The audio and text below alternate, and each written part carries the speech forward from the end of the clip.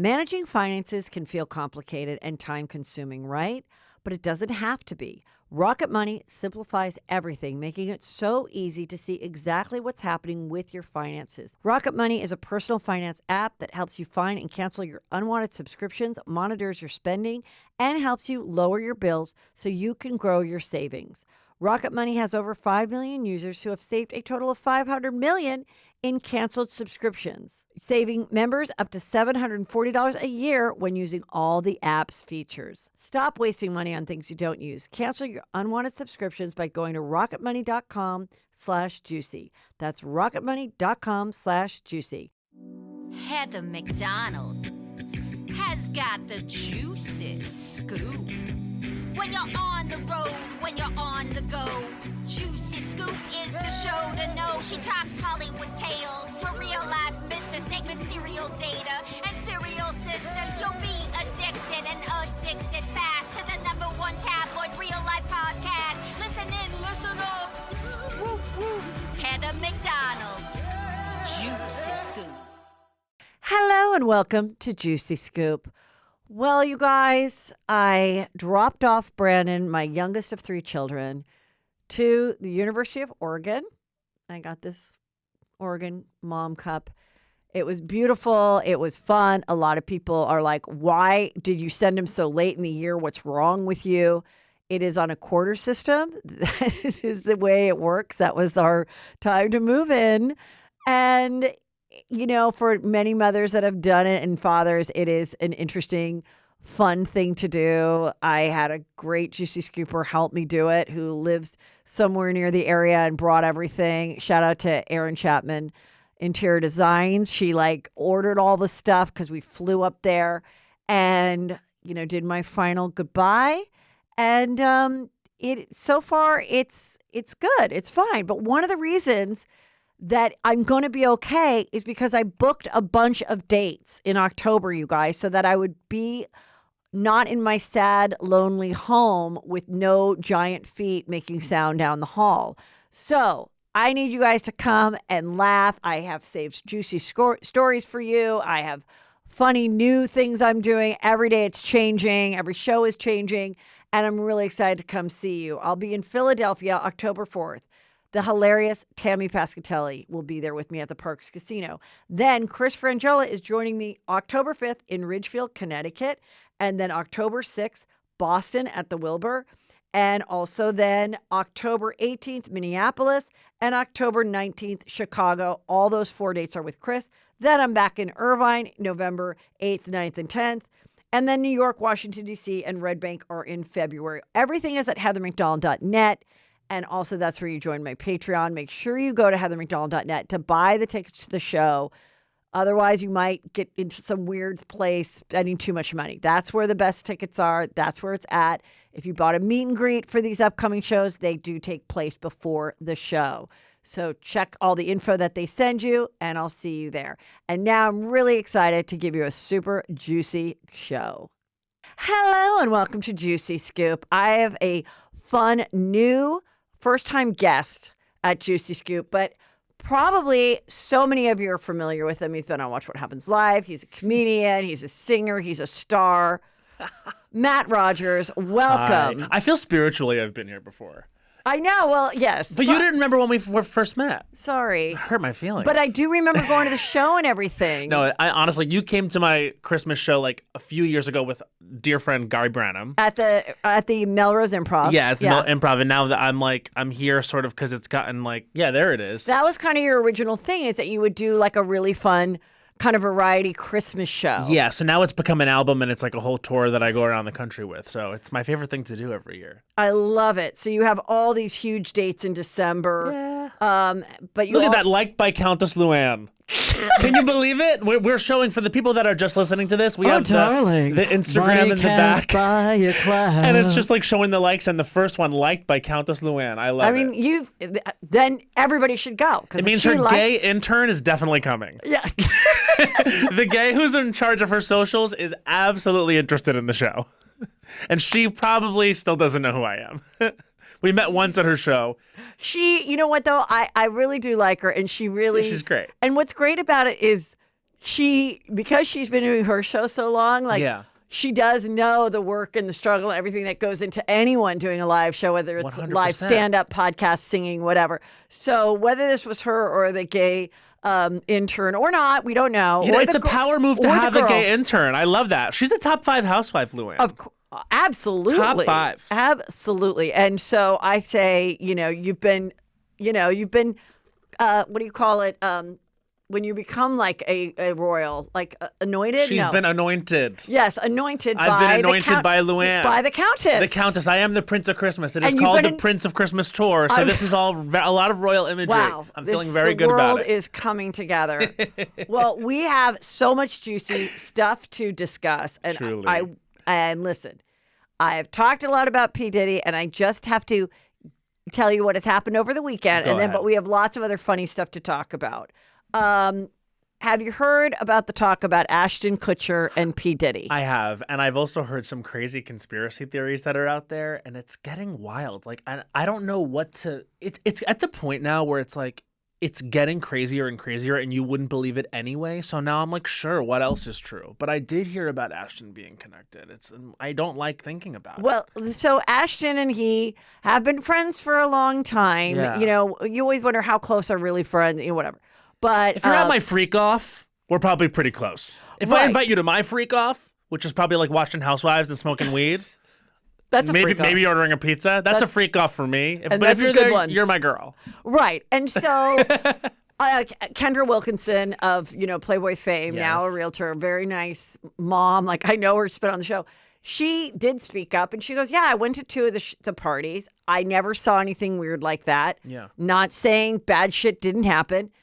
Just not my 2 experiences. Was, yeah. Right. So it's like, and then other people are just complete cricket silence. Yeah. And I kind of get that too, because it's probably like, well, if you say something, then it becomes a story. Now, people might not have ever known that you went. So I get why people are being careful. I think this is something where people just don't want their name in the same sentence. Exactly. So it's just like, and I'm sure everyone's PR across all towns is like, listen. If you were involved, shut the fuck up. Right, exactly. Until you're incriminated and then come out with a good explanation, because this is dark, dark, dark. It's the darkest. It's the worst. And so anyway, he to remind you of Ashton Kutcher. So he was on that 70s show with Mila Kunis. But he was over 21, but they were just like playing brother and sister friends or whatever. They dated on the show. Like that was a whole thing. They said they didn't. Well, not them, people, but their characters dated. And she was 14 when she was playing that role, and he was in his 20s. And she did have her first kiss ever on set with him. Then he goes off to marry Demi Moore. Sure. And found himself in an unfortunate situation in a hot tub in San Diego with a couple girls. And, that girl went and told. And then anyway, they get divorced. Then he and Mila get married and have 2 kids. And they say, we don't use soap or we don't shower. That was a big thing. But throughout the Demi marriage and the Mila marriage, he's had a big charity that he's run, anti-sex trafficking and revealing sex trafficking and speaking on it, and in government places. Yes. Meanwhile, his friend from that 70s show, who was a Scientologist, Masterson. Yes, Danny Masterson's. He goes through several trials, several victims for sexual assault, all that stuff. In the beginning of that, there's a letter from Ashton saying, what a great guy he is. Mm-hmm. Yeah, they wrote the letter of character. Yes. Got in trouble also, one time, Ashton Kutcher also had a horrible, unfortunate thing happen. He was going to pick up his girlfriend for a date, and he looked through the window, and she was dead. And he didn't go to the police. He went to Danny Masterson's house, the Scientologist, just to, figure out what to do. He was never implicated in that, but that's the story. So of course, he's going to give Danny Masterson that nice letter of like, always was a delight when we hung out. Yeah. Never tried anything on me. So clearly couldn't have done it with anybody else. So all that being said, Danny gets convicted.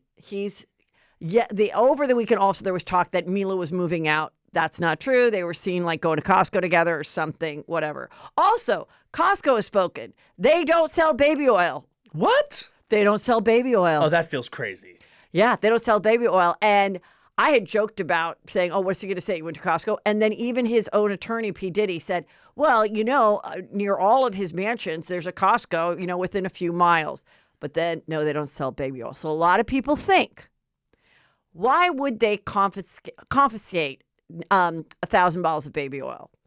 They think that there's a liquid GHB possibly in it. I see. So then you'd rub it on you, whatever, and it makes you there's, more. There's got to be some reason for 1,000 of them. Very strange. So now with this, just that there's all these videos coming up. If you ever mention P. Diddy being in Delight, inviting you anywhere, it's on TikTok. It's been cut. People are seeing it, and some things are wrong. Like they're showing a video of Justin Bieber in the back seat, all and they're like, what did he do to him? It's a video from when he got his wisdom teeth removed. Sure. And he's in the back seat with people who love him, who are filming. Did you see that interview with Justin Bieber talking about Billie Eilish? Yes. There was an interview with Justin Bieber talking about Billie Eilish, and he gets really emotional talking about wanting to protect her. And it gives, to me, that kid had went through some stuff. I 100%. And then the other part is stop talking about it. Maybe he doesn't want people to know he was a victim or whatever. But I 100%, in my opinion, believe, yes, he was, with the whole Usher. Then, Usher has said things, and Usher, then he goes, I have a 48-hour custody of Usher. And, of Justin Bieber. And so, why is that kid hanging out with adults? I mean, at that point, it's just it's never going to look right when you look back in retrospect that 14, 15-year-old kid was just jamming out with people that were over double his age. It's so I think bizarre. It's the same thing that happened with the R. Kelly parents, where they are unfamiliar with the business, which most stage parents are, unless you're a Nepo baby. You don't know how the fuck something happened. Yeah. And so then they're like, oh my God, this is this great opportunity. He's going to be have access to all the music, and they're going to give him hits. And nobody, just like a Michael Jackson, nobody's I don't think any parent knowingly in any of those situations was have my kid, do what you want with them. Yeah, right. And so that we can be rich. But Usher had said things early on, I saw some crazy stuff. In 2004, he's I saw people having sex in a room. There's a quote like that. So yeah. But with him, it's just very strange. And The Cut is writing about it, just saying that people are reconsidering his reputation for the star-studded parties and his relationships with A-listers. So, the white party was attended by everyone from Leonardo DiCaprio to Martha Stewart. Yeah. So P. Diddy and Martha Stewart, that was a friendship that everyone loved back in the day. It was can you believe they're best friends? Oh, they're Hamptons friends. Yeah, right. All rich people have that in common, right. So and then, but with him, again, there's a quote where he's I saw some crazy stuff. There's a lot in 2019. I can't tell. Yeah, there's a lot of that kind of stuff. Yeah. Also, a law firm in Texas is representing more than 50 alleged victims. Oof. So a whole new thing is going on that were sexually assaulted by him. Also, a lawyer for Sean Combs' accuser claims that she saw a very high-profile person featured in a tape allegedly connected to Diddy. Someone more high-profile than the music mogul. So someone even bigger than Diddy. So, of course, people are thinking everything from, and they're not saying, well, they are saying this. They're saying everyone can have an opinion. So people are saying, is it a former president? Is it a former talk show host? Is it who is in this thing? Yeah. So, everyone's shaking in their boots. And then Al B. Sure, he sent a cease and desist to the author of the Kim Porter book. So that Kim Porter book that came out on Amazon, which I'm glad I was predicted that I didn't think it was authentic. I didn't think there was any way to prove it was her real words. So it's not? I just think they don't know how to prove where it came from. I think someone, if all of a sudden I just sold a book on Amazon and published it myself and put Kim Porter's Secret Diaries and then got, thousands of people to buy it and read it. Mm-hmm. I can just say, yeah, we were friends. Our kids went to preschool together. She gave me her diary. These are her, who's to say what it is? That's insane. But the way it read, and there was a couple timeline things that didn't work out with history and whatever. Yeah. And it felt kind of weird.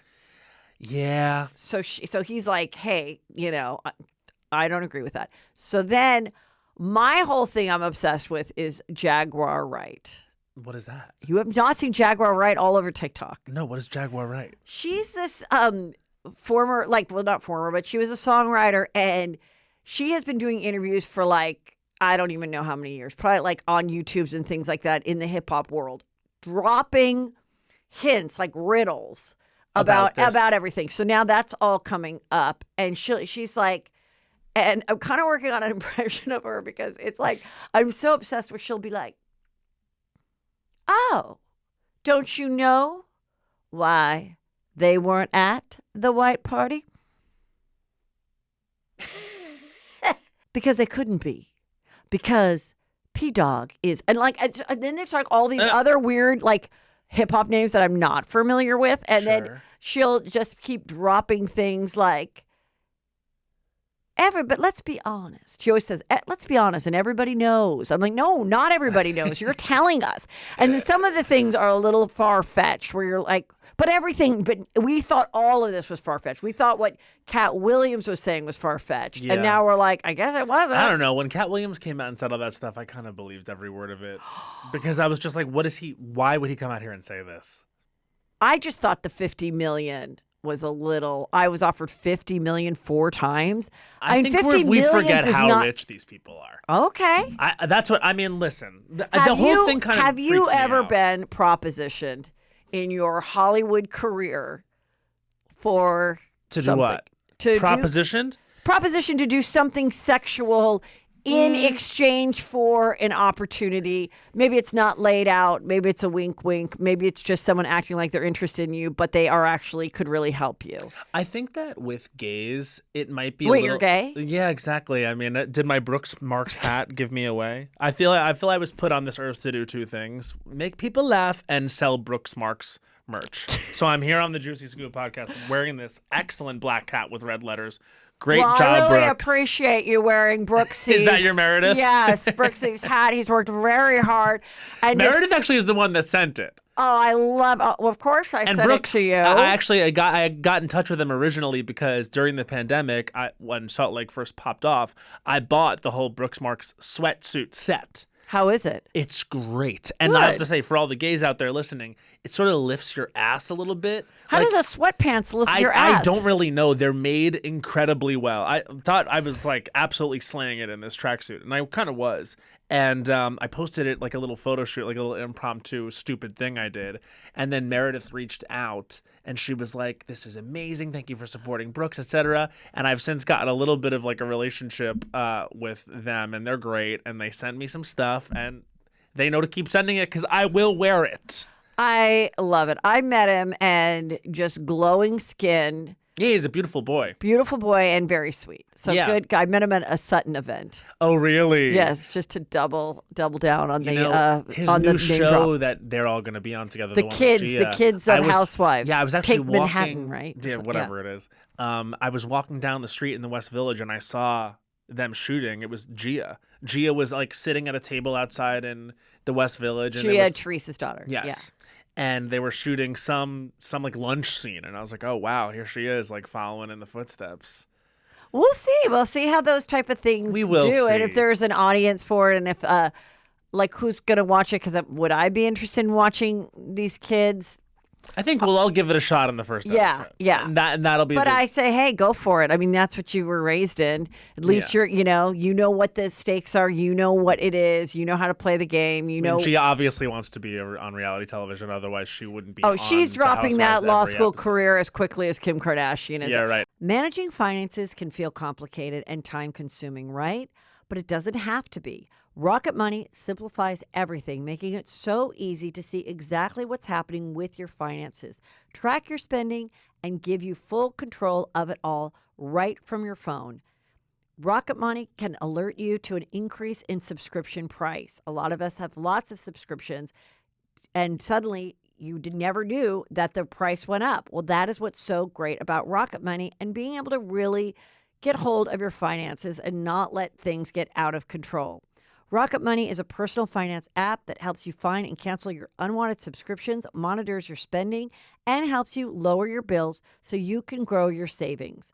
Rocket Money has over 5 million users who have saved a total of $500 million in canceled subscriptions, saving members up to $740 a year when using all the app's features. I find this so helpful. The Rocket Money app shows you exactly where you're spending it and what you may not need anymore. Stop wasting money on things you don't use. Cancel your unwanted subscriptions by going to rocketmoney.com/juicy. That's rocketmoney.com/juicy. rocketmoney.com/juicy. Well, on Juicy Scoop, we talk a lot about JLo, but I've oftentimes talked about how her skin is just the most glowy, perfect thing. I can't even get enough. She's 55. I've seen that skin in person. So now I, too, am using the JLo Beauty. Get that JLo glow for yourself with JLo's Beauty Deluxe Kit, the one-and-done skincare solution clinically proven to tighten and lift for instant, long-lasting results. My skincare routine is centered around that blockbuster hydrating cream. My skin is so much more plump and dewy, instantly makes my skin feel smoother, and then I wake up and it's like brighter looking in the morning. And I see why 100% of the people from an 8-week clinical study who tried it had smoother skin as a result. I mean, you look at my face right now, I'm glowing, people.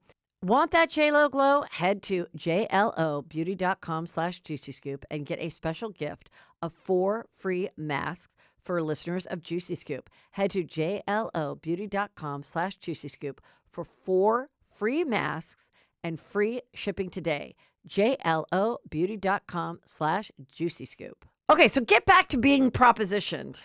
I really have never really been propositioned ever. I think sometimes like it's a little casual between all gay men. So if you're ever like in like, you know what I mean? Like maybe there's like a little bit of flirting, but I've never had like a tough situation. I've had friends that have had like tough situations. I've never done anything What's I a didn't want tough to do. situation? You don't have to name any names. Well, I wouldn't. Okay. But a tough situation is like, oh, they get like, groped or something. You know what I mean? Like at some sort of social event where there's like, it's like that weird gray area where it's like a social event, but it's with people that you could work with. It's like sort of the lines get blurred. I feel like that's a lot of the entertainment industry. And so I feel like I've had friends and I've understood what situations could turn into. I'm lucky that I've like learned things before I've been in situations because those situations happen all the time. It's one of the things I think that people don't talk about enough is abuse of power between gay men, because I think that it's like a little because no one wants to actually come out and be like, hey, here's what happened with me, like in like a gay way. Like people are scared to like, it's hard enough to come out as a victim of anything. Yeah. No matter who you are. But then when you're also coming out with your sexuality in a town that's still, it's better, but it's not great in terms of like, now I'm a gay actor as opposed to now I'm just an actor. Yeah. Or it's like when Terry Crews, he came forward and said he was really inappropriately groped by a man that was high up at a huge Hollywood agency. Yeah, that was really brave of him to do that because again, like it's putting, I think another thing too is like, the way that we assume some men are going to be, or that they must be able to handle themselves, or that it's not going to be something that affects them. We're all supposed to let everything roll off our backs. It's really traumatizing. I mean, like it's fucked up. Like I said, it's never been a situation that I've been in, like, and to my detriment, but I hear about it all the time. And so when someone actually comes out and says something, it's brave and yes, it's important, but I'm also really impressed. Because I know how people, if we live in a very judgmental world and the comment section gets bigger and bigger and bigger and harder and more difficult. And so to come out there and be like, this happened to me is really fucking tough, which is why I believe everybody.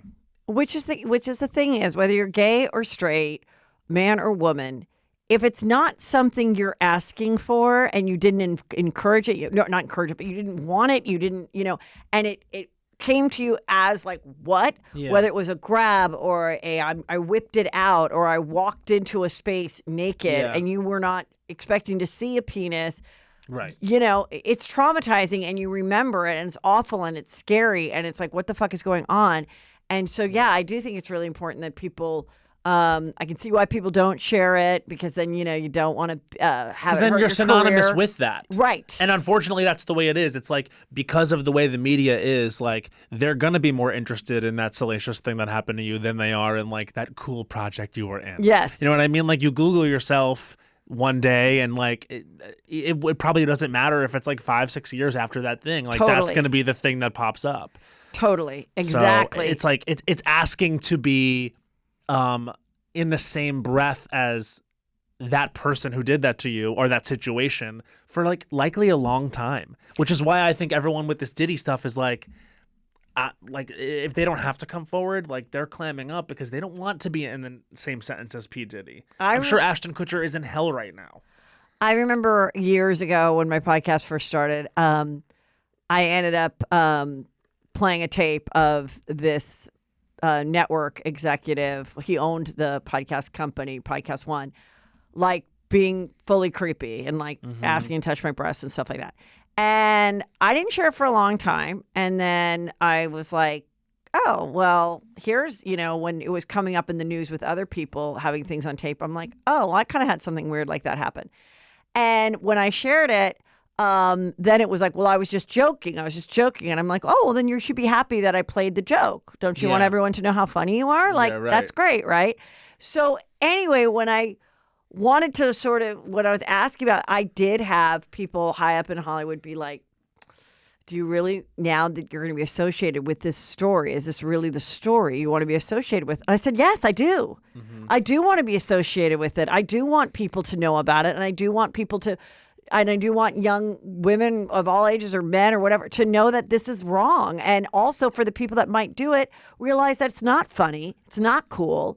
Or if you witness it, be that hero that's like, hey, dude, what the fuck are you doing? Like, get away. So I was like, yeah, I do want to be associated with it, and I'm fine with being associated with it. But I get it. I mean, honestly, that's like very noble. And I'm really happy that that's something that you can sit with and be like, I feel like I did the right thing and this happened. And I feel like it's better that people are aware of this person. It's like, I kind of see both sides when it comes to people coming forward, because again, like I had a really close friend that this happened to at the hands of someone like really powerful. And I completely understand why you wouldn't say anything, because you feel like it won't go anywhere, or you just feel like I'm still trying to make something happen for myself. And before I can have any power or before I can have any like notoriety for anything else, like I'm not just going to come out and do this. It's heartbreaking. It sucks. And then if you do, people are like, oh, so they're trying to stay relevant, or she's a clout chaser. Yeah, right. Exactly. And all this other kind of stuff. And it's like, ridiculous. Which is why the guys still do it. Yeah. Because they know. Get away with it. Yeah. Yeah. And also I don't necessarily trust that it's all above board between like the people that would report on it and them. You know what I mean? I think it's all transactional. I that's the kind of thing that really sucks about the entertainment industry sometimes, is that, and this happens across all industries, and I know that to be true. I'm sure it happens in business. I'm sure it happens in small businesses. I know what happens in restaurants from having worked in them. But like, if you're a powerful person in any dynamic, like you can get away with shit, because you are the one with the money. You're the one with the hiring power. You're this XYZ. That's why I think like I can't really judge anyone for like, and then it's not as simple as like I'm gonna quit either, because it's like, okay, then you have to get another job. Yeah, people don't realize how hard that is. Like, well, it's very you didn't hard. have to stay on that TV show.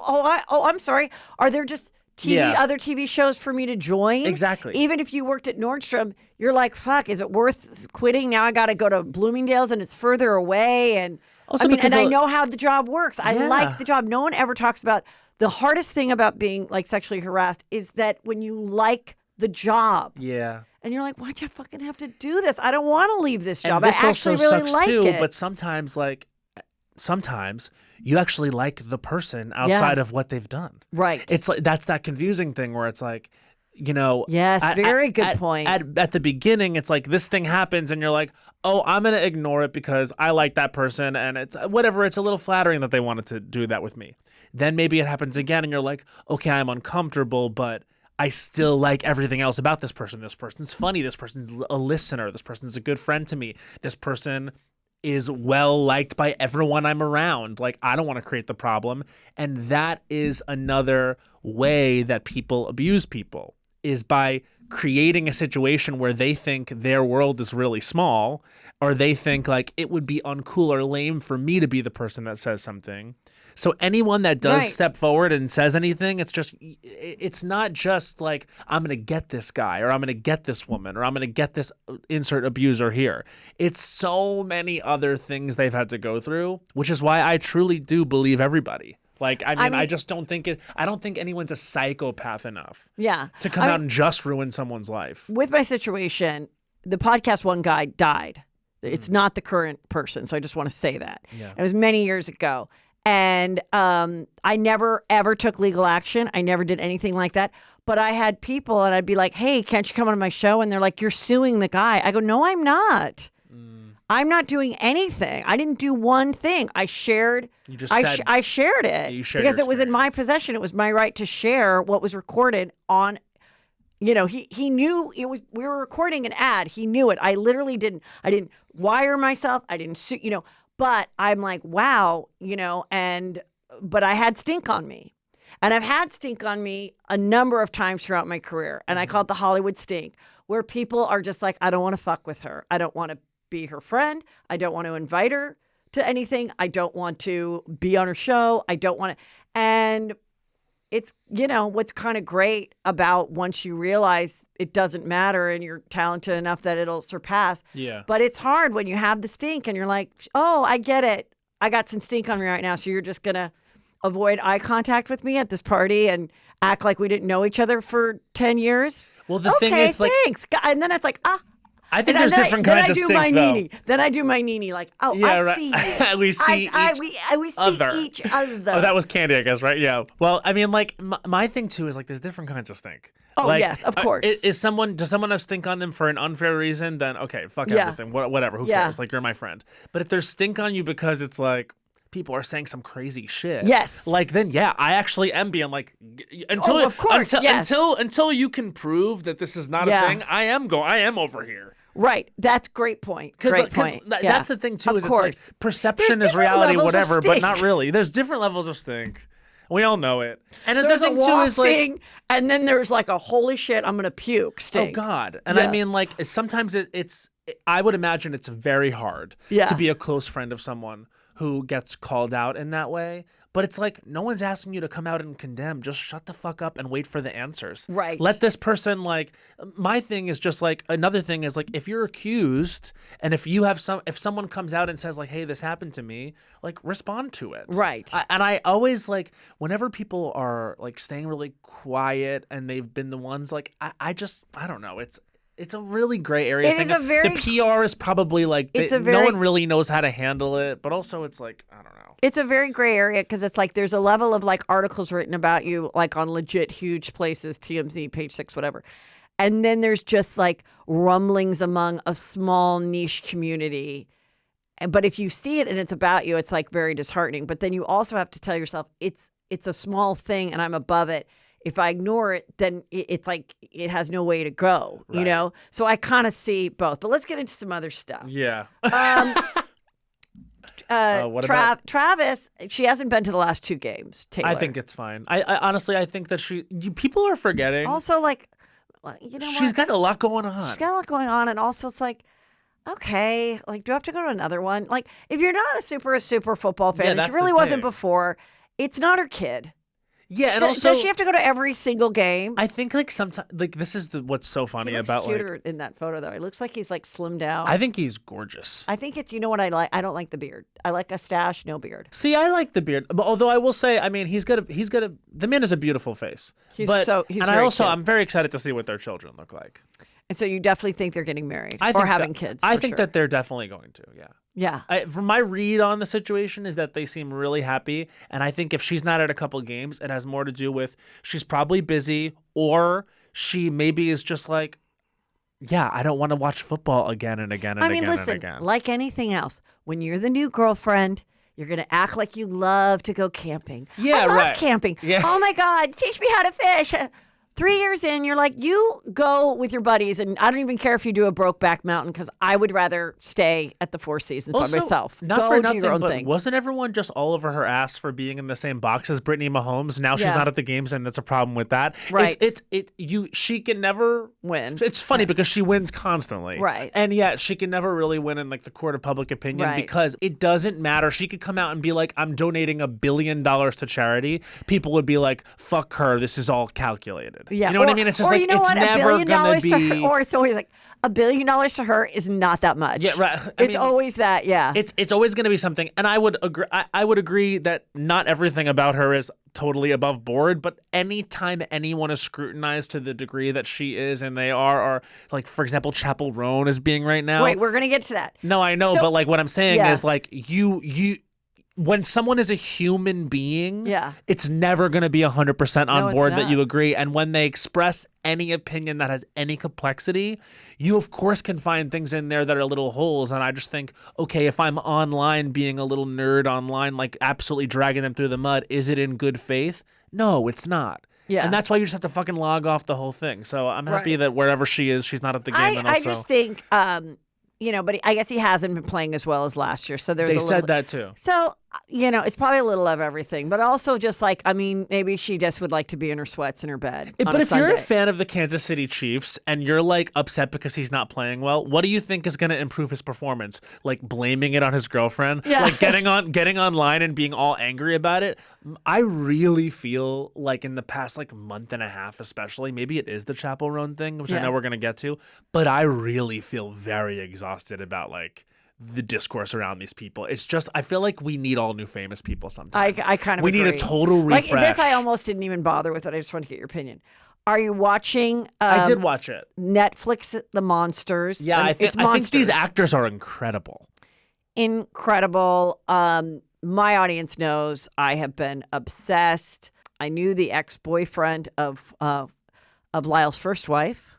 Oh wow. Yeah, she left him for Lyle while he was in prison. Yeah, he was a struggling actor, and Lyle had a regular gig on Court TV, and that's who she went with. Totally true story. So Lyle was reporting from Court TV. No, we're not reporting. He was on the stand. Wait, that's Lyle what you mean. Okay, Menendez. yes. I understand. And then he cheated on her. But not physically, just with other people writing letters. This is like 30 years ago. So he had an emotional affair with other women through while pen he pals. was married to Anna Menendez. Oh, that's wild. And then he got another wife. And so I think I have 2 episodes left. Excellent Emmy nods for every single person. Yeah, that episode, which is the one shot. Amazing. That Cooper Koch, is that his name? He's fabulous. Amazing and gorgeous. But they're both gorgeous. But there's something about that Cooper. Like, I think he should be a huge star. Also, he's a more likable character between the 2 brothers and always had in real life as well. Yeah. So it's absolutely fabulous. It is, very disturbing. All of this information, I had, I was following the trial when it was happening because I'm that age. But it's done in such a well way, but it is extremely graphic, taking what was put in the court and the trial and it's hard to watch. So it is something. You're going to see stuff that you didn't see in the Lifetime movie with Courtney Love 5 years ago, where she played Kitty. And there's been movies, there's been things. This is scripted and but it's just like really done well. And so there's all the different theories. One, that the 2 boys killed their parents out of greed and they were monsters and they were horrible and they didn't give a shit. The other one is their defense, which we thought they were going to kill us because we were going to reveal the secret of us being victims of their molestation, especially the dad. And then the third one is the 2 boys had an incestual gay relationship as brothers. And they felt the parents were going to reveal that secret, and therefore they killed that. Those were always the 3 kind of crazy theories. And did they get the idea of saying they were molested by books and movies? I don't think it happens like that. No. I think these kids were abused. Oh, I think badly. I think I definitely think 2 things can be true at the same time. I think 100% they were abused and horribly, and hated and therefore hated the parents, and also was like, fuck you, you're not gonna like take our lifestyle away now that we're not going to cooperate with your secrets and your sex anymore. And they did make a plan to kill them. I don't believe they thought that night they were going to be killed, but I believe they killed because of what the torture they had been put through since they were like 6 and 7 years old. So I've said for years, I do think 35 years is enough. However, what I would want to see is if they were to get out, because, in the second trial, the one that convicted them, they did not allow a lot of the testimony that gave their story validity, like the cousins and everybody. And so if they were to reevaluate that, and people coming forward now that worked with Menudo, and did the dad who managed or had some say in Menudo, there's some of those Menudo players that said they were victims. Of his. So if they were going to reveal all that and they were able to not have a life sentence anymore and get out, I want to follow them to see how well their 2 marriages go once they're out of prison. It is kind of interesting to think about, like, okay, now your husband's out of prison and you've never never had a meal, like maybe they can hug or something, but they could not have there's no conjugal visits in California for a life sentence.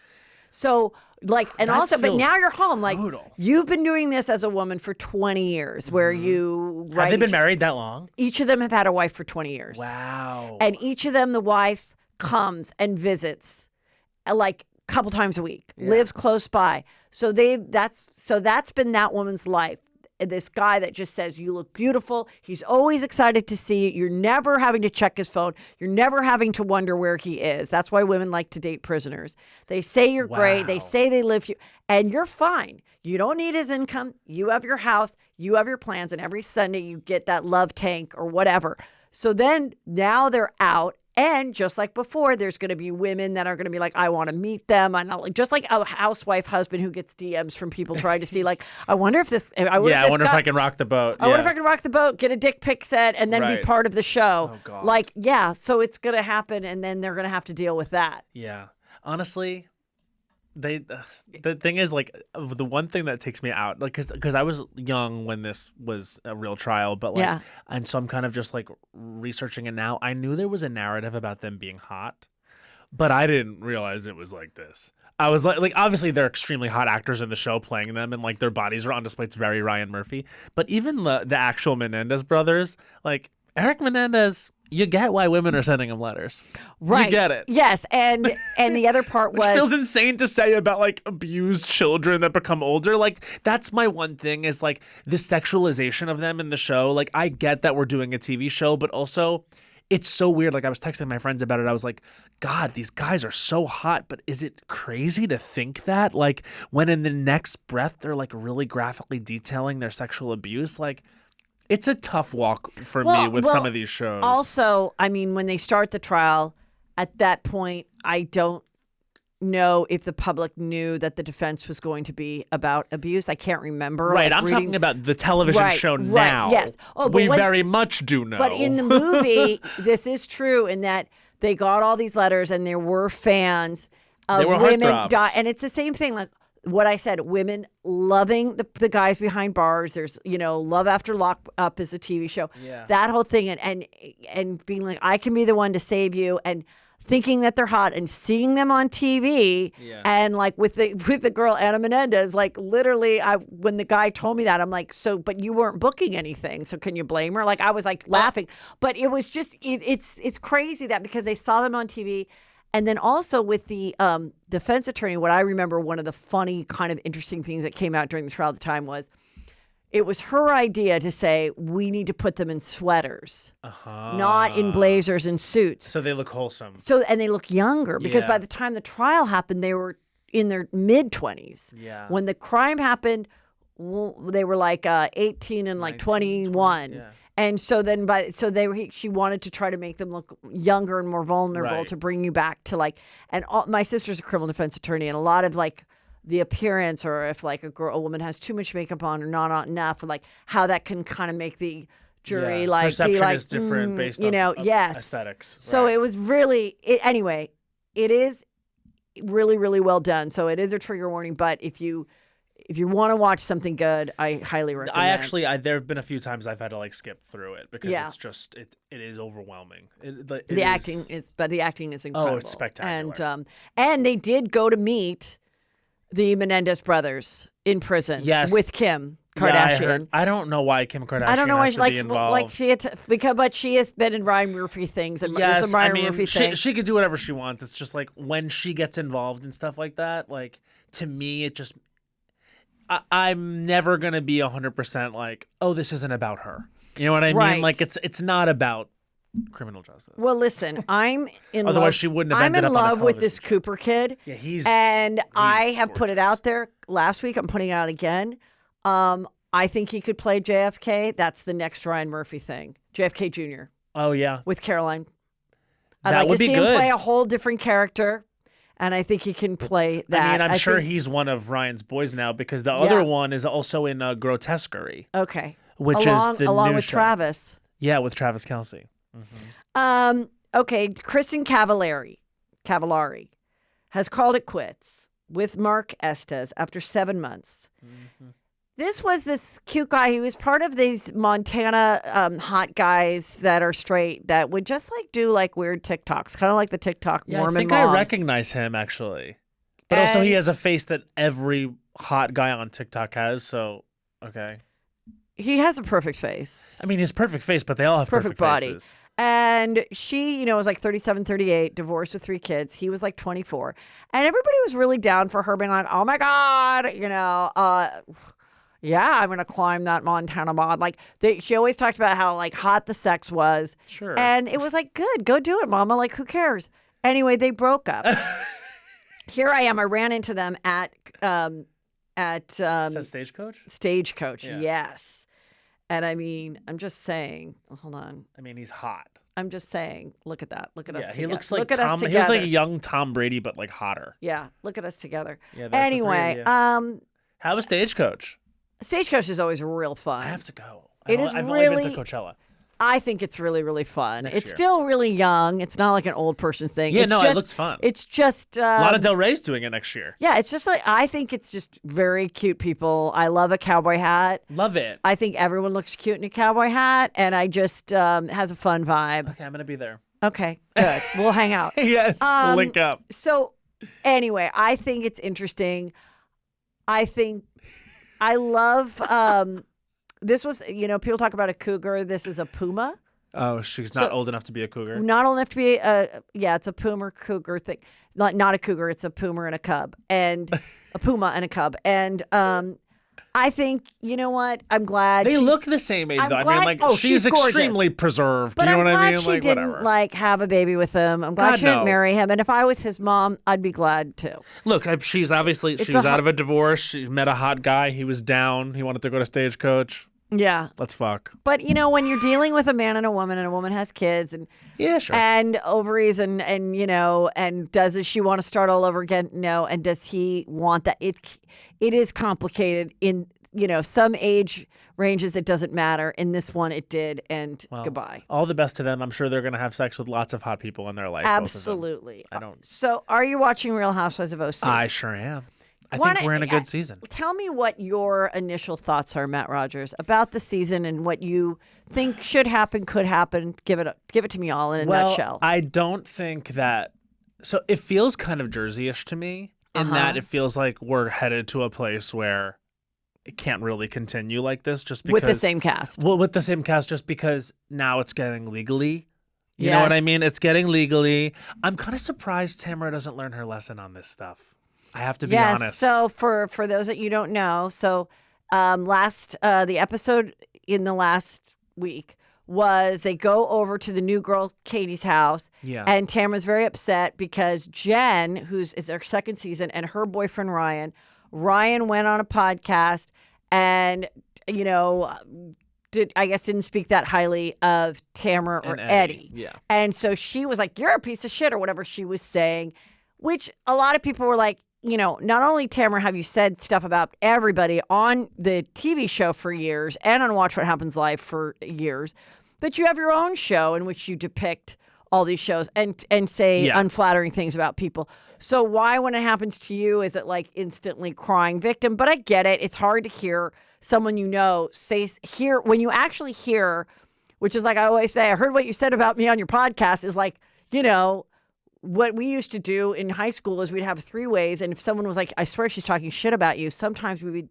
do a three-way. Three-way call. And we would not we would be like, oh, hey, and then we would almost entrap the person. Yes, and truly evil behavior, but righteous behavior. Heathers from the movie Heathers Girls and too. Heathers, like all three. So this is kind of the same thing, but now we all do it, and it's a way of life. And if we're talking about a TV show and recapping, that's one thing, but these people actually know each other. So she was hurt by it. They get into it. And she brings up the FBI, and Eddie's trying to cover her mouth. Yeah. And also we see Eddie tell Katie's husband, don't serve her another drink. Yeah. So then she goes on Watch Mom's Live, and she's like, I don't drink. And and then she also says more about Ryan. More about Ryan. So she can't stop. So then we see her walking down the street in a story with Eddie, which was more than we've seen Eddie on Housewives in the last 3 years. It's just doing these, and they're like, we just had a great Italian meal. Oh yeah, we did. And by the way, I misspoke. And I meant to say, the backpedal. I drink, but I haven't been drunk since that night. And also, I don't know anything about Ryan's case. You're, innocent until proven guilty. Gonna go get an ice cream now. Yeah, no. And so he wasn't having it. So Ryan sent a lawyer, sent a cease and desist. She since has done an apology on her Instagram story. We'll see where it goes from there. I don't think he's going to sue her in a real way. I don't think it'll go much further, but I am surprised that she doesn't learn from her mistakes in this regard. Like, cause she's always on one about how much money she lost the last time she had a legal situation. Right. But so and I blaming just, people for that. Yeah, I understand that. But I guess I'm just said like, it. Yeah. and also I'll just speak to an entertainment perspective. Yeah. I don't think this is why Tamra's good on the show. You know what I mean? I think sometimes she's confused about when she goes too far. I think that she only looks antagonistic, and I don't think that's actually what she wants. I think she wants, and I think she likes to claim going out there and being the person that shakes it up. I bet she would even cop to the fact that she's like a little bit of a cast/producer role. I think she would cop to that. But I think what she's not seeing is when she's mean, it just looks mean. I don't think anyone's on her side this season, which is crazy because it's not that she doesn't have a point. I think she has a great point about Shannon, that Shannon, who I've met and has been very kind, but Shannon obviously has issues. And I think that she does need some tough love. Does it need to go as far as Tamra takes it? No, probably not. And then when it comes to like her friendship with Jen, it's like, if you don't want this at all, don't pretend. You know what I mean? Right. You clearly hate her fiance, boyfriend, whatever the fuck he is to her now. Well, like it's just it feels phony to me when she goes so far. Well, that's how I feel. This is what I think, and I said it last year too. I think Tamra was very sad and felt very betrayed to be not asked back after where she delivered every year and featured everything. Well, so she got a 2-year break. So when she came back, she was going to come back guns a-blazing and also be the person that delivers the most to the producers. Sure. So she goes, I got this girl, Jen. And this is what I think. This is my opinion. I think she went to the producers. I got this girl, Jen. She's really pretty. She's got a juicy backstory. She started dating this guy while she was still married. He has a reputation around town. Get them on the show. Then I think she, was like... right under the bus. And then was like to Jen, oh my God, I can get you on Housewives. Yeah. And we can all be best friends. So I think Jen walked in there thinking, Tamra's my friend. I can't believe she's such a lovely person to get me on this show. This is so sweet. And I think she would act one way when the cameras were on. And then when the cameras were off, she'd be very nice. And when the cameras were on, she'd be like, hi, Tamra. And then Tamra would just like throw a napkin in her throw face. a napkin in her And she was face. just like, wait, what? Like, I don't understand. So I think that's where it was like, who are you? And I think Tamra is a different person when she's on camera because I think she really is like, I'm going to deliver the job and I don't care what happens because everything I do, even if it gets me in trouble, like this incident this past week, I think she's like, so what? It's all good for the show, and you guys should be happy for I don't me. think it is good for the show, is my opinion. Okay. Like, I think that if Tamara acted more like herself, she'd be a more compelling, likable character. She could still mix it up. She could still carry the bones. She could still do all this stuff, but she wouldn't be throwing a napkin in this woman's face for literally no reason. She wouldn't be screaming at Shannon like, is that before you have a drink in the morning? It's like, I don't believe that she really would say these things. No. It feels like acting produced housewife behavior, and I think it would be glib on her part for her to think that the audience doesn't see that. And I think that's where she's gonna lose people. Because one thing about Shannon Beador, I believe that Shannon Beador is an authentic version of whatever is going on 100%. I really do think that. And I would what say you see is what you get. Is for true. a lot of these women. I mean, I believe that Jen is like that. Yeah. I believe that Emily is like that. I believe Gina is like that. Heather, I mean, Heather Dubrow, I think she just is so Hollywood that a little bit of it is artifice, but I think the essence of her is real. Did you see when he was getting his nose done? Yeah. Terry. And then he was like, can I finish a sentence or whatever? Yeah. And don't admonish me on camera. And she and they've, anytime they say anything about on camera and they've got those mics on, Heather Dubrow, those producers are no longer protecting you the way they did, because they wouldn't have shared that if they thought that if they were trying to protect them for another season of Botched and hope not to piss off Heather, they wouldn't have shared that hot mic moment of them being like, where she's like, you can't talk to me like that on camera, which is completely normal. You're doing a reality show, you're with your husband. I don't blame anyone that before putting on mics, they go to the bathroom with their husband and they're like, all right, let's try to be cool. Let's try to be nice. When I come and grab your hand, grab it back. Let's act loving. Yeah. Let's give a good front for the that's common sense. That's not. My opinion on it is that what she's obviously doing this season is campaigning to be put on Beverly Hills. Mm-hmm. All of this stuff about no, I'm just showing my life and I live in LA now. Of course I love being on OC Housewives. Those are my girls. It's not real. I think that she wants to be on Beverly Hills and I don't blame her. Yeah, I don't blame her because I do like the OC Housewives. I don't want to be in it with these women. If I'm Heather Dubrow, and I legitimately want to live in Beverly Hills, if I legitimately want an LA life, and this is the situation, I do believe she's a little bit of an elitist, but I do get it. Yes. So I just think the campaign that she's doing to get put on Beverly Hills is not one that Bravo loves. Yeah. And I think that they don't want to put her on Beverly Hills. I think they like her on this show. And they're sort of exposing her a little bit in a way they didn't, because I think they want to show the artifice, because they're like, you think this is working and it's not. Speaking of exposing, okay. Also over the weekend, your friend, Joel Kim Booster, funny comedian. You guys perform sometimes doing shows together. We've been friends for a very long time. Okay, good.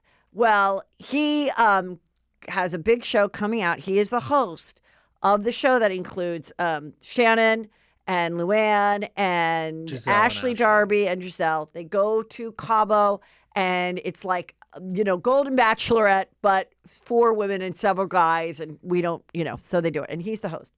And he posted over the weekend on his stories awful things about Shannon, saying that, she's, thinks she's a diva and she wasn't behaving well. And I'm just paraphrasing because I don't have it in front of me and I don't want to read it. And then he goes, you might want to screenshot this because I'm going to have to delete it soon. Then the next one was like, well, that was quick. Hope you got it. Mm-hmm. And then people were DMing him and he was sharing more that at the wrap party, she was rude to someone that meant something to him. So all these, the people that care, all jumping on it, deciphering what's real, what's not. And my opinion is, with all due respect to Joel, I don't really like this. I think it's uncool. I think it was calculated. I think maybe this is my opinion, maybe he was encouraged to do that because maybe they want to take her down a notch. Did she act like that? It's possible. Is everyone listening to this a complete delight every single day of their life? And you're the star of a show that involves love and involves your daughters while your current show is airing and every day you're getting like laser shot at you about Jim Jansen and everything. Like, and we know that that is what makes her a thing. So no, I don't think that every actor and reality star is a complete and total delight on the set 24 hours a day. Mm-hmm. That's my opinion. Yeah, I think for me, it's just my response to it, just because I am very close with Joel and do know stuff about the situation. My literal thing is I just wish I didn't know because I want to watch the show. Like, for me, that's my thing is I'm like, I just would rather have seen this play out when the show comes on than know that things went a certain way or that people act a certain way this far in advance. Should he have popped off like that? No. Did he? Yes. I've met Shannon before. She's been perfectly lovely. He obviously, judging by his stories, had a completely different experience. But is everybody lovely or mean 24 hours a day? That's what I'm saying. I don't think it's about that, though. Right. I think if she had a couple bad moments, he wouldn't have said anything. Okay. I think and I don't know the specifics of the situation, but clearly this person merited that in some way. Should it have been made public like that? Absolutely not. And also, he said a string of bad relationships. Well, she was married for 20 years. Right. And then I don't think that's a string. I don't think everything he said was... I don't think that's a string to say correct. You're married for 20 years and then you had another boyfriend for 3 or 4 years and they both didn't work out and you're 60, so you have 2 exes. I don't think that's a string. And I just think sometimes in this world in which there's a variety of people and demographics that love watching women in their 50s be reality stars who are struggling with raising kids, alcoholism, divorce, whatever, we all watch it. And sometimes I think, as much as I love gay men who love it, that they are not always an ally to straight women of a certain age. I don't think they can't put themselves in their shoes, just like I can't put myself in your shoes. I don't know what you've struggled. I don't know what you've done. Yeah. So I can't speak like, why don't you act like this? So I just kind of, it was a little bit of that where I don't think enough people talk about the fact that we all, gay men and women my age, all love watching these women. We all love to comment on it. We're horrible to them too. Yeah. We're horrible we like them better when they're struggling with their weight and are crying than when they're thin and gorgeous. That's why people are mad about Ozempic. They're like that. I'm sorry. Like, that's why I think women aren't further along, because we're kind of fucking awful to each other too. So I just think, but it will get people to watch the show. I think it definitely will create buzz for the show. And it got his name out there. I wasn't very familiar with him. Yeah, but that's not why you want your name out there. Like, I think that this is like a difference of opinion between me and maybe some other people. Yeah. I don't think just getting your name out there is good. I'm sure he regrets saying this stuff.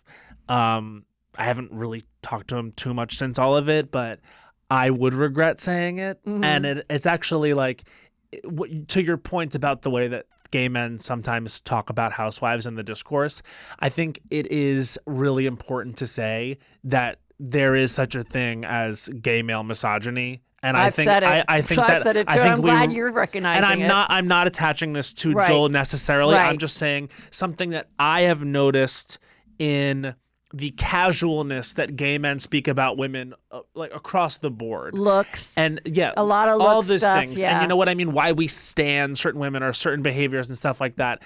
I'm definitely thinking about the way that, I have spoken about some of these people. Like, I don't think it's cool to call women dumb. I don't think it's cool to call women, alcoholics. I don't think it's like, that's not what I like about the show either. And I think it's also a symptom of like how the shows have been rolling out. Like, it is getting darker. It is getting more real across the board. Like, there's so many lawsuits, there's prison thrown around. It's like the alcoholism gets really dark. There's like when it gets a little violent, it's just like, because I think the tenor of the shows has changed. Like, I miss sprinkle cookies, legitimately. Yeah. I do want to talk about like Robin stuff. Dixon's Family Fun Day. You know what I mean? Like, I want to talk about like, when someone talks about someone else's fashion. You know what I mean? Yes. Like, it's one thing to say like, let's talk about her interior design, and the conflict is about like whether or not your house is ready. Like, to me, that's Housewives. Yes. All this other stuff, I think it's a real production issue, and I think across the board they should really look at who's producing these shows and the way they produce them and the way they feed the masses. I get it. It feels like people want to feed on the dark stuff. I'm telling you, you don't need it, and it's going to lead to darker commentary, and people don't always know when they're being misogynist and harmful. And I think it's something we should call out and say, because it's going to get to a place that's really just derogatory. Yeah, I mean, and I do think sometimes, women always just thought, gay men are our best friends, and they didn't see them as the same as a typical misogynistic straight man. But 100% it exists. I've said it for a while now, and I kind of realized it like a year ago. I was like, oh, wait, like, why are we just signing off on this? Why are we as women not calling it out and just pointing it out, just like people have pointed out everything from white privilege to whatever, where you're like, oh shit, you're right. Like, like I think we can all like do better and still enjoy the shows and stuff. But in the defense of the producers, if this is what the women are doing because it is truly their life and it is truly their romance and this DUI did truly happen, well, then we would be pissed if they didn't show it either. This is what I'm going to say. I think that we need more female producers on these shows. I agree. I think that too many gay men produce these shows, and I think that's just my opinion. And I'm out here, a gay man myself, and I enjoy the show. I'm a fan of these shows, but sometimes, like for example, Vanderpump Rules, I think they need a female showrunner. Yeah, that'd be great. Because I think that they sided with the men a lot and want the men to have the redemption, and it's ridiculous. And it actually resulted in something where the fans were like, fuck this show. Well, it's just like when, it's just like where they were like, if the show is a show of women of color, they want to have, people of color producing it because they get it, they understand. Yeah. And the same thing, if the show is all about women, like, let's have a women's perspective. One of the reasons I have talked about this since before I had Juicy Scoop was because I saw it and I was like, oh my God, this is so relatable. I know this from being married. I know this from raising kids. I know this from being divorced, whatever, or people being divorced.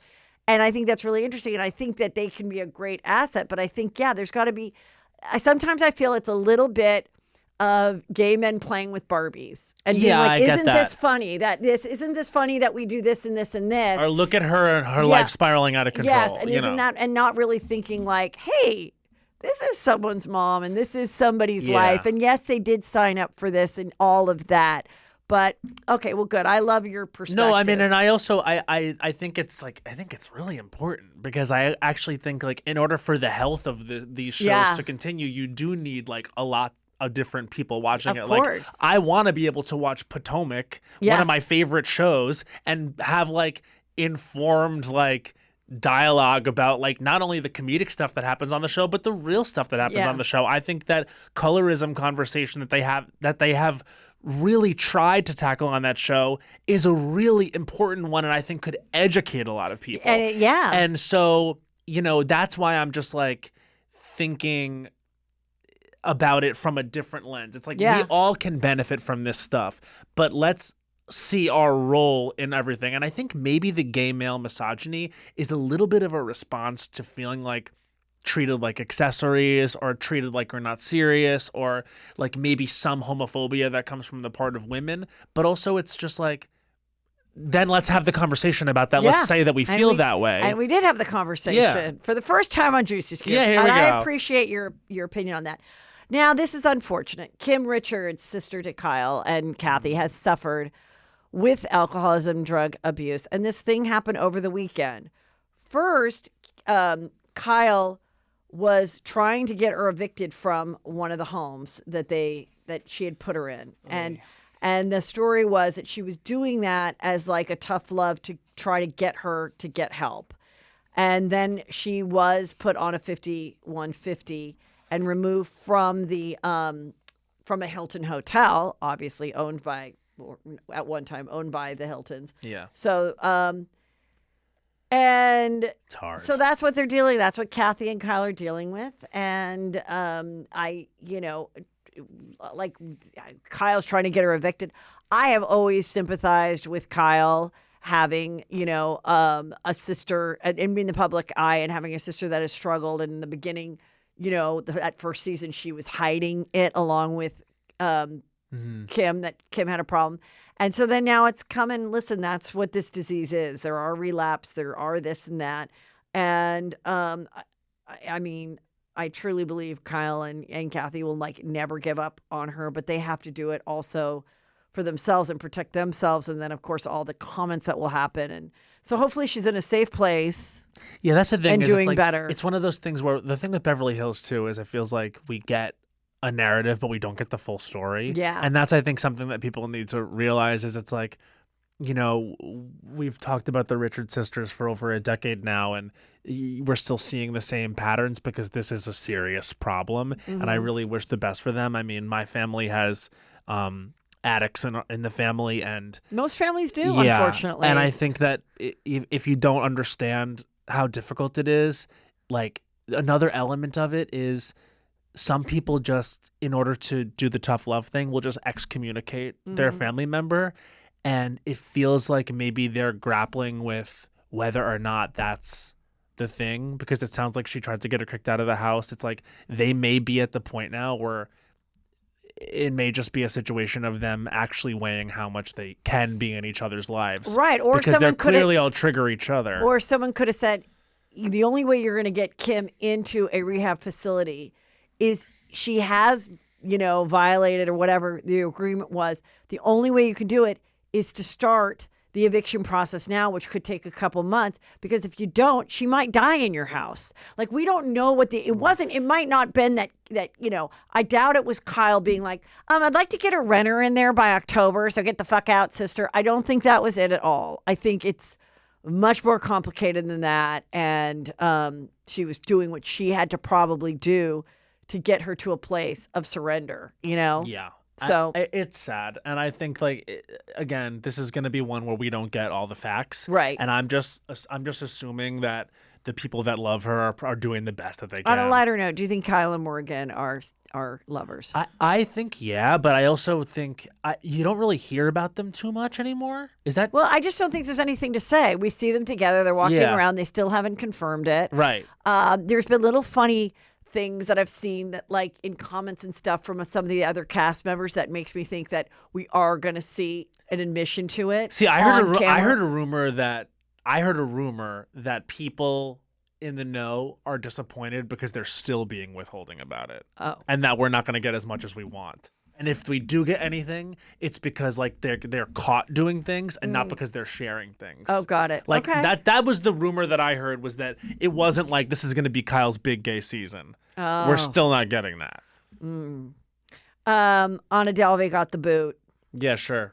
And she was like, nothing. I don't, I feel I've been, used for a rating. Oh, like, shut up. She's very entitled.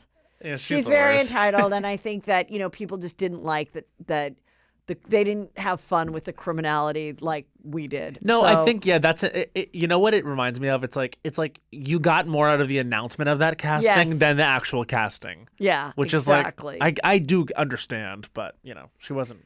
Chappell Roan had canceled her music festival after, what was it? She didn't want to, so she Okay, refused. so this is what it is. Okay, explain. So she became extremely famous very fast. Love her songs. Love her music. I think she's actually one of the great talents of her generation. I mean, I think she's going to be around for a very long time. Yeah. And I really do believe that. But because her music is so good and because she connects to her fans so much, she became psychotically famous within 6 months. So I remember I saw her in April 2023, a little bit over a year ago, at the Fonda, and it was a sold out Fonda show in Hollywood, but it was clear there was an energy there, it could become something. Yeah. A few months later, I saw her at Brooklyn Steel in New York. It was double the size. And then earlier this year, I went to Coachella and I saw her perform the first Friday of Coachella, and it was clear something was really happening. Right. And then since then, it's exploded. She did the tour with Olivia Rodrigo, so it's become a situation that probably the quickest rise to fame of someone like her in a while. Yes. And she basically came out and said, in a nice way at first, I want you all to know I'm really struggling. I have depression about this. You guys, I love you guys, but you are stalking my family. You won't leave me alone. You yell at me on the street. I'm new to this, and I'm really trying to grapple with it. I'm grateful, but I want you to know it scares me and overwhelms me. And people just couldn't let it go. Oh, she's ungrateful bitch, like like fuck her. This is part of it. This is part of being famous. It's like, you guys, it's not that she's saying she doesn't understand it's part of being famous. She's just saying it is weird. Maybe we need to look at this system which allows you to think you have access to me in like a physical way. You don't. And here are my boundaries. People couldn't like really let that go, and it became the narrative about her. Then enter politics. And she did a Rolling Stone article where she said there were problems on both sides. And, you know, I think that conjured up for some people a lot of Charlottesville bullshit when the both sides bullshit Trump quote came out. And I think that they equated her to like, oh, is she like low-key a Trumper? She is from the Midwest, whatever. That's clearly not the case. She came out and said, I'm not a Trumper. But I just think there's fucked up politics on both sides. I'm voting for her, but I'm not going to endorse her, which is different. But also, like, why do you have to say? You don't have to say. I mean, when voting began, it was to go inside and shut the curtain, and nobody knew. And people said, don't talk about politics and religion. I don't talk about it on the show. I have not since 2016. I have a slip up here or there. But because I don't like to read the comments the next day, and I don't like people infighting when the show should be an escape of comedy. Well, so I understand with that. But what I think is interesting is then the conversation around, you know, she doesn't want to work hard or whatever. She's one of those Gen Zers that don't want to work. I love that, you know, we all talk about Justin Bieber, P. Diddy or not. I've told a story of when he came on Chelsea lately and he was little. Like, I'm talking like 12. Yeah. And he was very sick. And I was like, oh my God, he's so sick. So what are we going to do instead of the 7-minute interview? And they're like, no, a doctor's coming to give him a shot. And so when I heard that song, you know, I was sick and no one gave a shit. I was like, are they talking about that day at Chelsea? Like, I didn't think about P. Diddy. I was just like, it was pushing that child star to work. Miley Cyrus talks about it. She's not a child star, but like you said, it came very quick. And I kind of appreciate that she's speaking about it. Also, she doesn't have to go on tour, or she could go on tour less. But of course, her label, that's where all the money is made. It's not in actually people going and buying a physical record. So the actually performing is a really big deal to keep this going. Yeah. So they're going to be like, not only do the fans want to see it, but she's probably got all this pressure from everywhere else. And so I appreciate her saying that, but I also, you know, it's just a very interesting conversation of like, when, you know, with my generation and maybe with yours, where it was just like, no, you got to take every opportunity. How could you ever give up an opportunity? Yeah. Go. Don't you want it? And she's just like, I don't want to get to a place where I hate it. Well, it's interesting because like, so she's compared to Lady Gaga and Madonna. So she is very much like, it seems like the Gen Z answer to the millennial Lady Gaga, and then there was like the Gen X Madonna, right? Correct. So basically, they all had very interesting, different responses to their fame. Madonna like came up in like a fame landscape where you could sort of be the pinup and like go away and then come back with a reinvention. You weren't being watched 24/7 because there's no social media like that. Right, and so she had more of an old Hollywood type of fame, and she was dating Warren Beatty and all that stuff. Then enter Lady Gaga a generation later. She had like a very millennial response to fame, where literally her first album was called The Fame. She pretended to be an expert on it. She actually pretended to want to traffic in fame and all those things. And when she had a breakdown, it was very behind the scenes. And now we know from her documentaries and stuff that she was like incredibly anxious about things, and it was all sort of really a facade, and she was dealing with physical manifestations from all this and all sorts of stuff. And she, I think, is having a very Gen Z response to this, which is she's having a very transparent, depressive episode, and also learning from the previous people. Yeah, and I mean, like, one thing she said is that the girls have really reached out to her and been supportive of her, and all musicians have been rallying around her because I think they get it in a way that the fans never will. She's not just going up on stage and singing 2 songs and leaving. She's going up on stage and being Chappell Roan. If you watch her performances, like, she's giving everything. She's singing like no one in her generation does. She's very energetic. It's a lot. And she's out there on the festival circuit, suddenly in front of crowds of 70,000 people, Give the girl a fucking break. And just because you don't like her explanation of who she's voting for, stop demanding it of her. No, then. and stop demanding of everybody. Also, I feel like if sharing your opinion hasn't worked in the past, you also have the right not to. Yeah. If you sharing your opinion gets you hate on the other side and that affects your mental health, then you also have the right as an artist, not a politician. She doesn't want to do that. She doesn't want to, and she has every right to just be like, leave me the fuck alone. Well, no, I think that's the thing, though. She's not saying leave me the fuck alone. She wanted to say her political opinion, and she did. And that's why she dug in and said it. Good enough, though. That's what I'm saying. It's so... Yeah. I think it was many things, that being one of them, but that's why I also think is an interesting conversation. The problem is with the fans. That's my opinion. The problem is with the discourse and the fans, not her. And then also just getting to a place where, stars have to also be like, here's my phone. Yeah. And you're right. I don't see it. I watched the Ellen. Let me go to Ellen real quick and then we're going to wrap it up.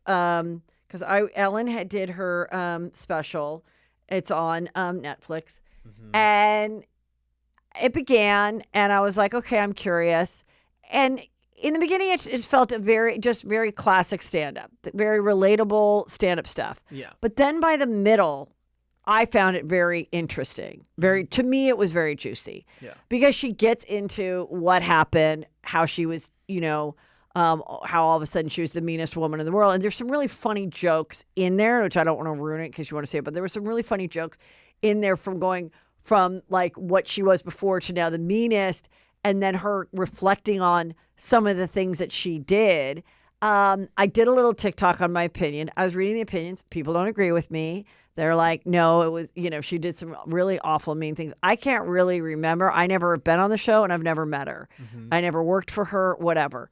But I did think there's some profound things that she kind of basically says that anybody, myself, you, on a certain level could gain some knowledge from, of like, again, you should care about what people think if you fucked up. You should recognize that you can grow, but at the same time, don't let it affect your ability to want to live. Like, the whole world hates me. Like, it is...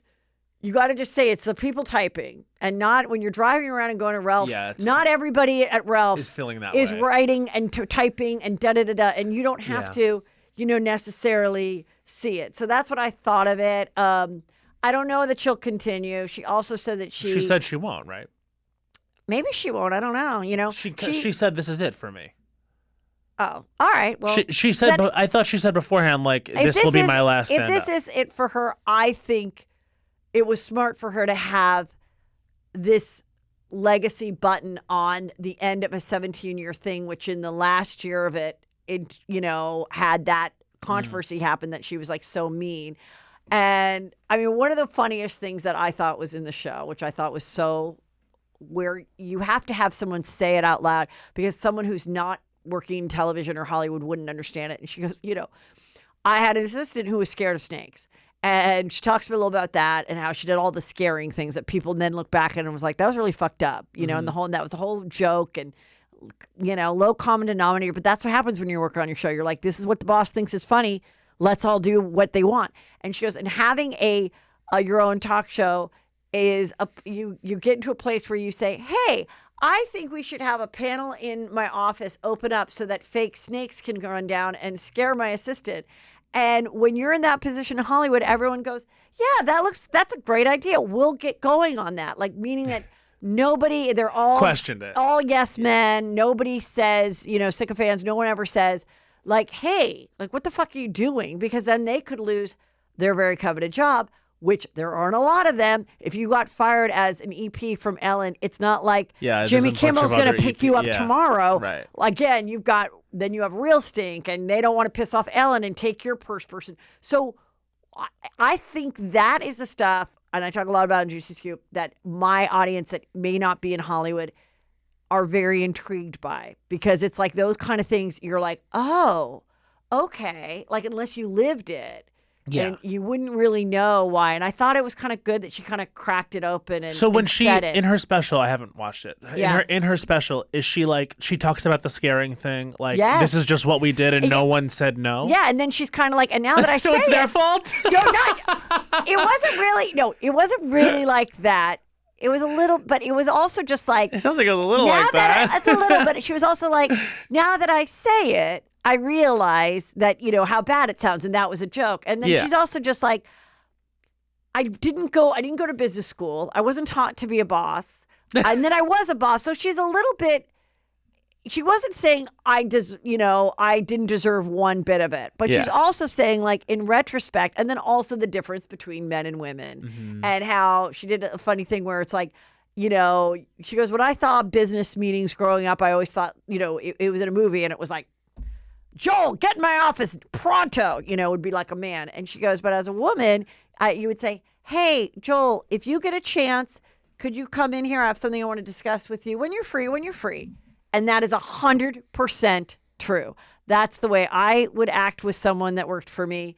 And in raising men, I have a lot in my act about how now I have a much greater understanding of the difference between men and women. And I look back at my dating and I'm like, that guy wasn't thinking about what color dress I was going to wear to prom. Like, he was like, but as a girl, you just grow. And she's 66. So I think she's starting to realize, like, wow, fuck. But I also did a really good show for 17 years. And I that think shouldn't be erased it can either. Contain So multitudes. I mean, yeah. and the thing about Ellen is, do you have Ellen stories? feel I like know you do. people that worked for her and didn't like her. I mean, like, And yeah. so But here's the thing about Hollywood: it's not against the law to be an asshole. Yes. You can be an asshole. Like that, I've worked for assholes. Like I've worked alongside assholes. Like I hear about assholes. You know what I mean? Like, yeah, exactly that pull quote. But like, it's not. You can be an asshole and run your thing. Yeah. If it rises to the level of misconduct, that's one thing. Like I think everyone's problem with her is like, there was a lot of like stuff What that was was asshole it? behavior that was rated. I don't have the article in front Right. of me, but it was rooted in like some racism and like stuff like that. Okay. Like that's the thing Like is that's it's like, what I kind of like don't remember. So. well, yeah, no one really remembers, which Yeah. is, but my thing with Ellen is it's like, I think she had an opportunity to pivot to mean Ellen. Like, where's Ellen's Curb Your Enthusiasm? For me, Yeah. it's like pivot to something that like takes, even if it's not true, use the opportunity you're being given here to actually like, because I'm sorry, but I look at Ellen DeGeneres. I don't believe that she's the nicest person in the world. I never really No. did. And so my thing is why- like, but also, this is why does now she an have to be? opportunity. I don't think she has to be. Yeah. But when you brand yourself Right, as the and- nicest person in the world, don't be surprised when people are like, oh, you're not? Yes. When you go out there and dance with everyone at the top of the show, Yeah. and they hear that you, and it comes out later that you fucking hated doing that, that's going to be interesting to people. And it was. And it's about and- being disingenuous. Right, and she does talk about it, and she does say, some really funny things where she's like, I ended the show with "Be kind." I should have just, if I ended every show with "Go fuck yourself," it would have worked out better. And I mean, there Yeah. there are certain people that have reputations and whatever, but because the persona or the comedy that they put out wasn't all about being sweet and kind. Hers was about explicitly being sweet and kind, yes. And so when it comes out That's that you're right. not, like, that's why it's a thing. It's And not that's about, why I think- why does Ellen have to be nice? It's Ellen marketed herself Yes. as the queen of nice. And I think that's also a lesson to be learned. And I Yeah. also think 2 years later, that's why she can do this. And I do think this was a good way to get it out and, have a special and be with all the other comedians having specials. I don't think at 66, I mean, she looks great, but she is 66 and she's like, I have osteoporosis. I have OCD, and ADHD, and she had jokes about all of those. But also, I think she's 66. She's super rich, and I think she's just like, I don't want to do a Curb Your Enthusiasm. Like, I don't want to work that hard ever again. Right, yeah, which totally. is completely understandable. I mean, that's retirement age. Like, she deserves to whatever she needs to do now, Yeah. whatever. But if she's gonna end with this special, Yeah. then we have the special to go on, and it kind of sounds like she made a lot of excuses. But I guess, I think, listen, It's okay if she It's kind did. of getting mixed. I liked it. that's fine if you I liked liked it. it. I You thought can it was like a it and good also job. acknowledge Yeah. that she made a lot of excuses. Yes, possibly. But like, I think that's easy to do when you're like, you know what I mean? When you look back at something, you're like, okay, yeah, that was, I shouldn't have done that. However, like, I just think that's kind of thing. But I thought it was good. My only critique of it is I would have started it off and I would have brought all that juicy stuff right to the top. And then once you've hooked them, then do the more relatable car jokes and things like that. Yeah. Because I think the reason maybe some people didn't stick with it is that it starts out, she makes a couple of funny references, and then she does like a solid funny bit about like driving cars and stuff.